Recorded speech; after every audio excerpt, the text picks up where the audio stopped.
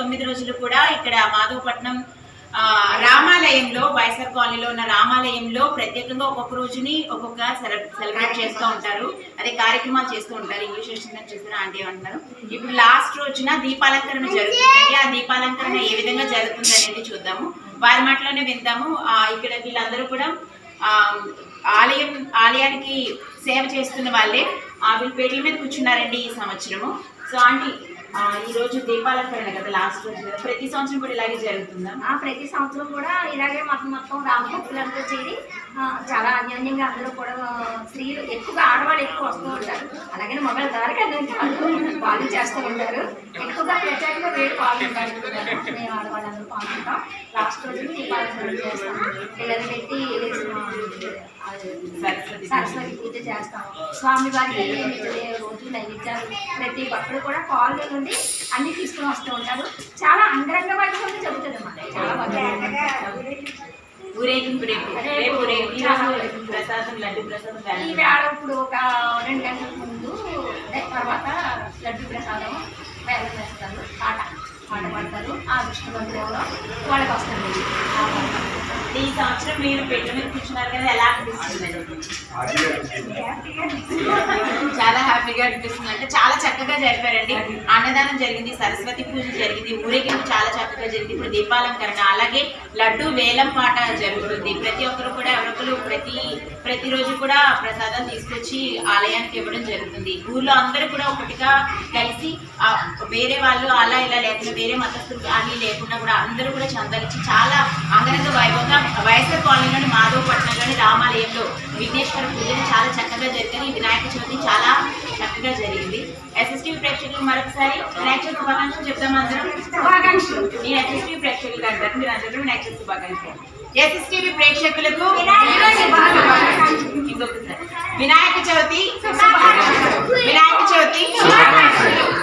జై బోలో గణేష్ మహారాజ్కి.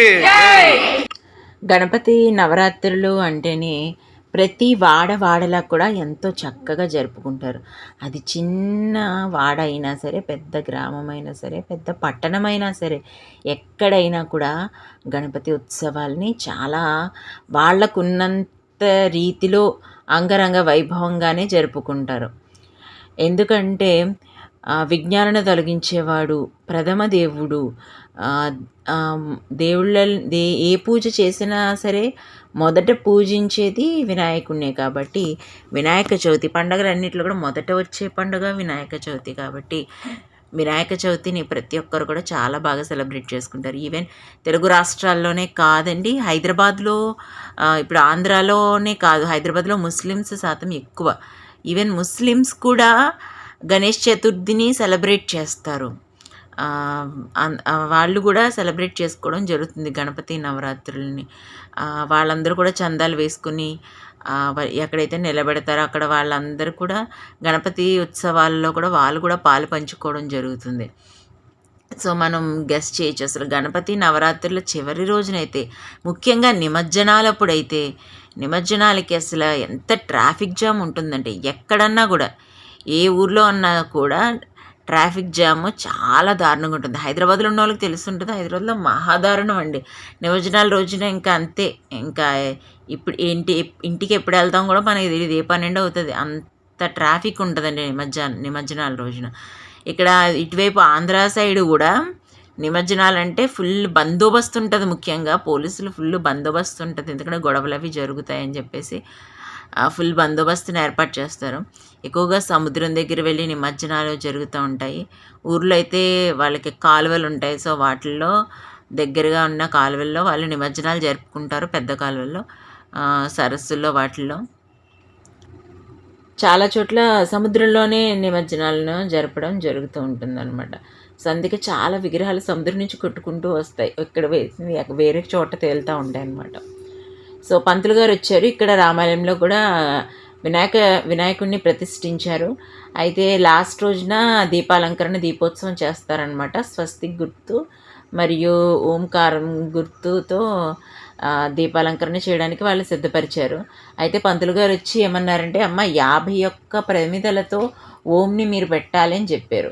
ఎందుకో మాకు చెప్పండి అన్నాము, మాట్లాడతామన్నారు. ఆయనకి బిజీగా ఉండడం వల్ల మాకు చెప్పకుండా వెళ్ళిపోయారు. యాక్చువల్లీ మీ ఎవరికన్నా తెలిస్తే 51 ప్రమిదలతోనే ఓం ఎందుకు పెట్టాలి, 51 ప్రమిదల్ని దీపోత్సవంలో 51 ప్రమిదల్ని ఎందుకు వాడాలి అనేది మాకు చెప్పండి.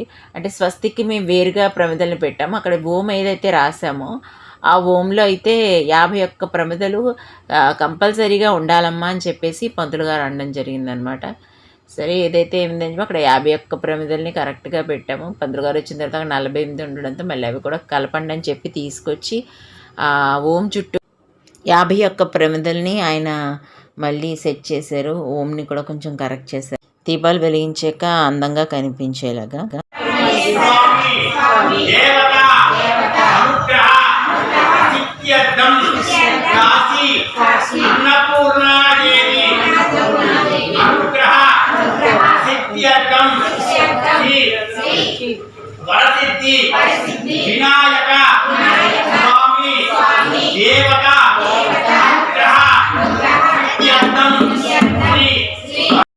నవరాత్రులు ఒక్కొక్క రోజు ఒక్కొక్క కార్యక్రమాన్ని జరిపినట్టుగానే ఆఖరి రోజు లడ్డూ వేలం పాట జరుగుతుందండి. ఇక్కడ పూజలు అనంతరం ప్రసాద వితరణ జరిగిన తర్వాత లడ్డూ వేలం పాటని జరిపిస్తారు. అలాగే ప్రతిరోజు కూడా పీటల మీద దంపతులు కూర్చుంటారు. ఆ నవరాత్రులని ఎవరైతే స్పాన్సర్ చేస్తారో వాళ్ళు ప్రతిరోజు ఉదయం సాయంత్రం జరిగే పూజలలో వాళ్ళ దంపతులు కూర్చొని పూజని ఆచరించడం జరుగుతుందన్నమాట. ఎవరైతే ఆ పూజను ఆచరిస్తూ ఉంటారో పంతులు గారు వారితో పూజ చేయిస్తారనమాట ఈ నవరాత్రులు కూడాను.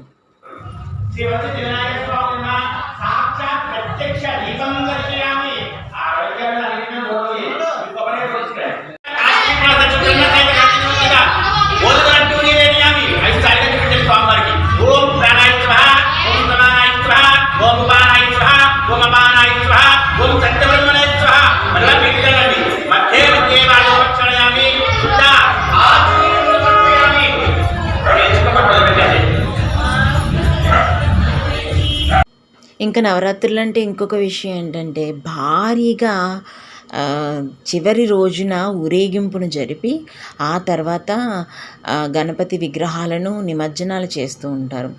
ఒక్క ఊరిలో కనీసం 100 నుండి 200 విగ్రహాలు వస్తాయి. ఎందుకంటే ప్రతి వీధికి ఒక విగ్రహాన్ని నిలబెట్టుకుంటారు. ప్రతి ఇంట్లోనూ వినాయక చవితిని చేసుకుంటారు. అలాగే ప్రతి వీధికి ఒక వినాయకుడిని నిలబెడతారు. ప్రతి ఆలయంలో, గ్రామంలో ఉన్న ప్రతి ఆలయంలో వినాయకుడిని నిలబెడతారు. ఈ విగ్రహాలన్నిటినీ కూడా నవరాత్రులు పూజలు జరిపి వివిధ కార్యక్రమాలను చేసి ఆఖరి రోజు వాళ్ళు భారీగా ఊరేగించి ఇప్పుడు డీజేలు ఇంకా రకరకాలు కొంతమంది డప్పు వాయిద్యాలతోని మేళతాళాలతోని నాట్యం చేస్తూ సందడిగా ఆ ఊరంతా కూడా ఆ వినాయకుడి విగ్రహాన్ని శుభ్రంగా తిప్పి ఊరేగించి ఆ తర్వాత నిమజ్జనం చేయడం జరుగుతుందన్నమాట. ఇది భారతదేశంలో ఒక అలవాటుగా మారిపోయింది. విగ్రహాన్ని ఎందుకు ఊరేగించి నిమజ్జనం చేస్తారో తెలియదు. నిమజ్జనం చేయాలి. 9 రోజులు పూజలు ఆచరించిన తర్వాత విగ్రహాలను ఎప్పుడు మనం ఇంట్లో పెట్టుకోకూడదు.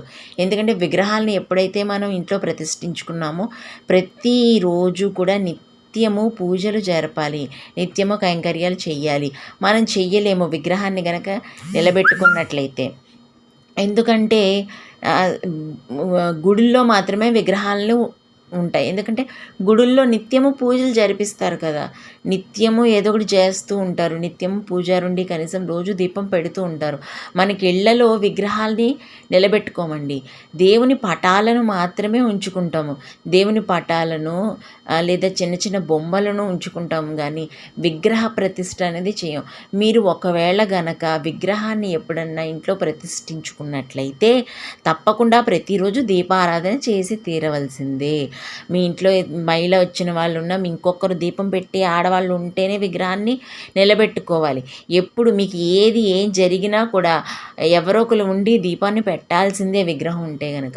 అందుకే ఈ నవరాత్రుల్లో, దేవి నవరాత్రులు నవరాత్రులు కానీ, ఈ గణేష్ నవరాత్రులు కానీ, ఇంకే నవరాత్రులు వచ్చినా కూడా విగ్రహాల్ని నిలబెట్టినా కూడా 9 రోజులు వాళ్ళకి కావాల్సిన అన్ని పూజలు చేసి అంతా చేసినా కూడా ఆ విగ్రహాన్ని ఆ ప్రదేశంలో ఉంచరు.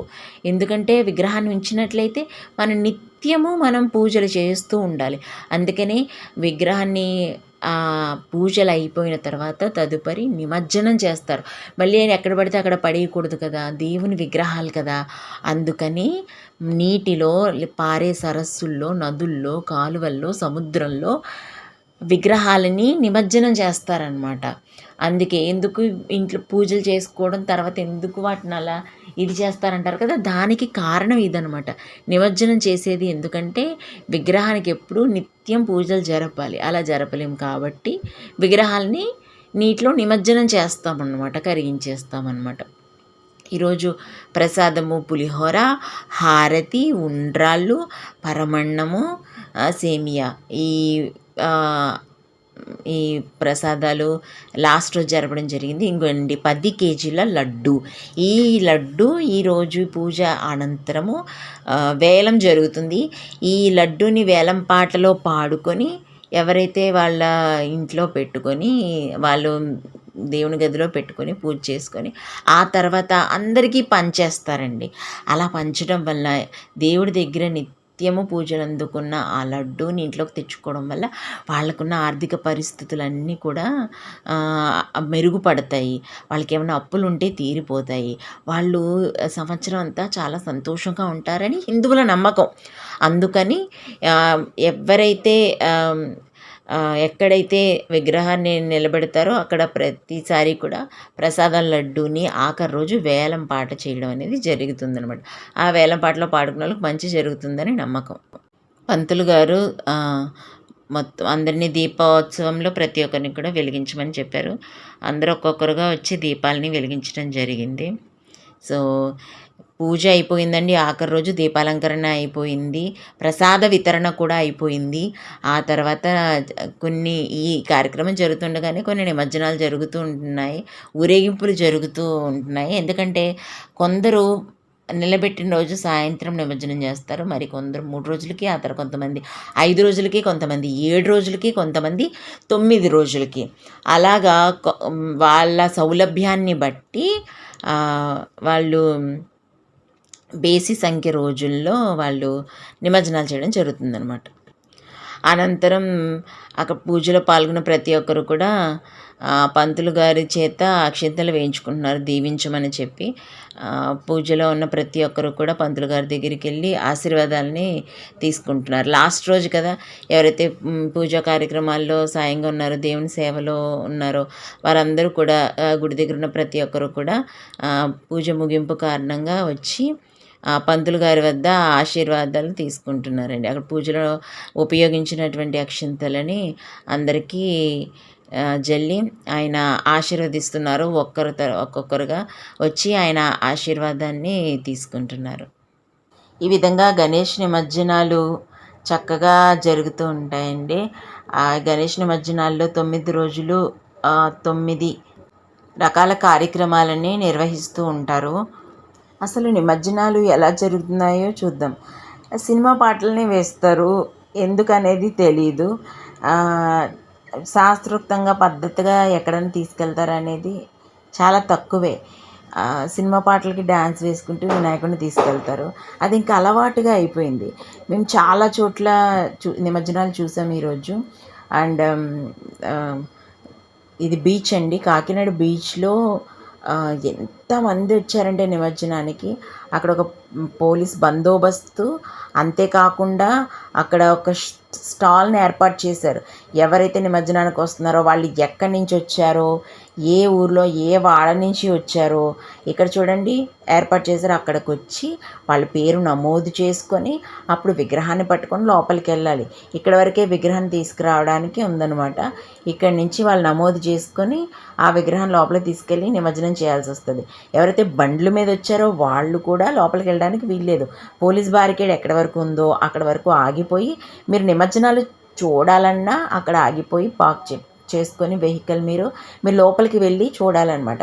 నిమజ్జనాలు చేయడం ఒక ఎత్తు అయితే, నిమజ్జనం చూడడానికి కూడా చాలామంది జనాలు వచ్చారండి.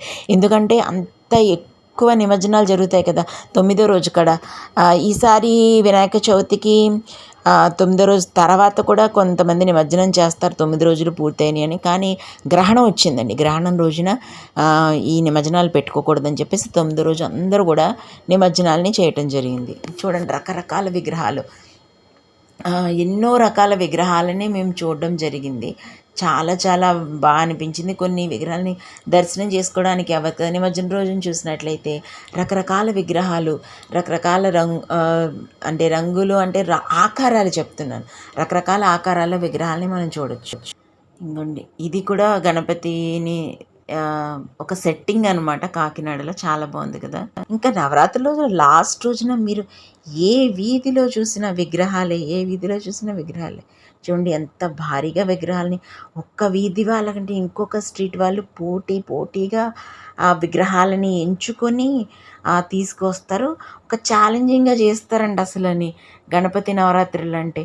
మరి మీ వ్యూలో మీకు తెలిసి ఎలా జరుగుతాయో మాకు తెలియదు, కానీ కంపల్సరీగా గణపతి నవరాత్రులు అంటే వాళ్ళు ఏదో పెట్టారు, మనం ఇంకా పెద్ద అడుగులు పెడదాం.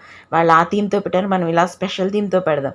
అట్లా రకరకాలుగా పోటీగా చేస్తారు గణపతి నవరాత్రిని. అందరూ ఏకమైపోతారనమాట ఆ టైం వచ్చేసరికి. లైక్ చేయండి, షేర్ చేయండి, సబ్స్క్రైబ్ చేయండి. SSTV.